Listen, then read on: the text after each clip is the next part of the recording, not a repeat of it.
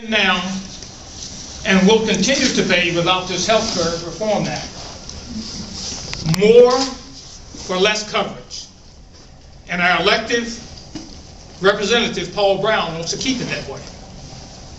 Now, there's been a great deal of obfuscation and outright distortions about the bill pending before the Congress. In view of the fact that we have an ever-increasing military population here in Columbia County and the CSRA, let me address just a few of the myths that are being spread and give you the facts, instead of allowing these myths to stand. Myth: the House-passed insurance reform bill does not allow veterans, service members, and their families the choice of enrolling in the new health insurance exchange. Fact: this is blatantly false. The Affordable Health Care for America Act, as written, ensures choices for veterans, service members, and their dependents. The House-passed bill allows veterans receiving VA health care or service members and their families receiving TRICARE also to enroll in any insurance plan through the bill's health exchange program. Now, this is a choice for the veterans and service members, not a mandate. Myth: enactment of the House Health Insurance Bill would undermine the health care that veterans and military families are receiving now. Fact: veterans' health care and TRICARE will not be impacted by passage of the House bill for the Health Care for America Act. Nothing in the bill would affect, change, or undermine the health care that veterans enrolled in VA health care and military families enrolled in TRICARE are currently receiving. Myth: veterans and military families enrolled in VA health care and TRICARE will be penalized for not having acceptable coverage. That means being forced to pay a penalty. Fact: the Affordable Health Care for America Act, as passed, recognizes VA health care and TRICARE as acceptable minimum coverage, so enrollees are already meeting the shared responsibility requirement and will face no penalty. These are just some of the myths by the opponents of real change and health care reform. Their intent is to raise the proverbial smokescreen so that we cannot discern the true facts of what is in our best interest, as opposed to the interests of the big insurance companies and their paid agents who masquerade as representatives of the people. Now, let me give you some truths about what this administration and the Congress is doing to improve veterans' health care and support of military families. This Congress and the last Congress has increased the funding for veterans' health care and other services by $17.7 billion, more than 40% since January 2007. This includes the largest single increase in the history of the VA. This is more of an increase in less than 3 years than the GOP-controlled Congress provided in 12 years. We're strengthening health care for 5.8 million patients, adding 8,000 new doctors and nurses since 2007.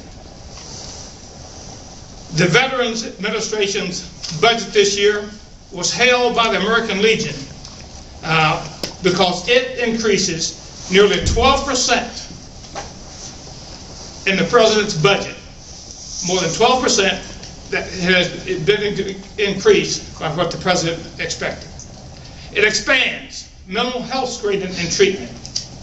It ends the Bush ban on enrolling modest income veterans for VA health care. What does that mean? It means that you could have been a veteran, but if you made over a certain amount of money, you're no longer eligible to go into the system. Well, that's not true anymore. It allows the Congress to provide VA medical investments 1 year in advance to ensure sufficiently timed and predictable funding. It's not a current year funding. You can fund 1 year in advance so that you can actually plan. Oh, isn't that great? to be able to plan stuff. This increase is strongly supported by major veterans organizations, including the Veterans of Foreign Wars, Paralyzed Veterans of America, Disabled Veterans of America, the Vietnam Veterans of America, and the Iraq and Afghanistan Veterans of America. This administration has cleaned up, to a large extent, many of the ills from the lack of funding in the past. This administration has moved to improve outpatient medical care, restore integrity and efficiency of disability evaluations. It used to be that when a veteran left the service, sometimes it may be 5 years before he could get his disability recognized by the VA. So this administration has taken to have a smooth transition from the military to the veteran system by implementing, it's not fully implemented yet, by implementing a single accurate paperless health record from enlistment through retirement. And it will rebuild and renovate the VA and military hospitals. They've moved to strengthen mental health services critical to the estimated 620,000 returning troops who are suffering from post-traumatic stress syndrome and from traumatic brain injuries. It will expand the VA mental health care services and invest 1/3 more than we had in 2006 and provide 3 years of VA health care eligibility for Iraq and Afghanistan veterans.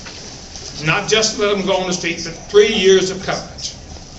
Now this will require some comprehensive DoD policy changes, and they're being made because the President has directed them to be made.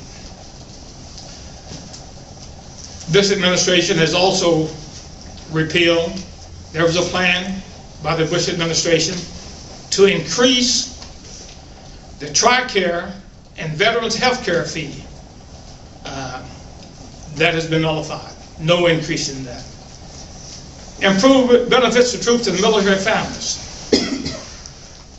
The current budget provides for a 3.9% increase in compensation.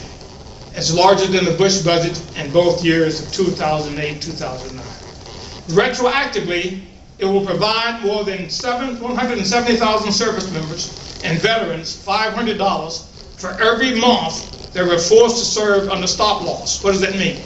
It meant that if your enlistment is up, you didn't go out to service. You stayed in the service. And most of our veterans was okay with that. But they still should be compensated, because some of them have real jobs, real bills to be paid, and sometimes you can't do it on the sergeant's pay when you've been making, when you own your own business. So that's a new compensation. They're building new transition centers for wounded warriors, more military child care centers, and better barracks for military housing. These are just a few. And so when I hear the words that I hear sometimes about, well, this administration is not taking care of the soldiers. It's a myth. Look at the budgets. One thing I've learned from being a budget guy in the Pentagon is read the budget. Go to the Hill and find out how they're appropriating the money. And so if you read the budget for yourself, if you don't listen, sometimes you have to listen, but if you need to be able to discern fact from fiction.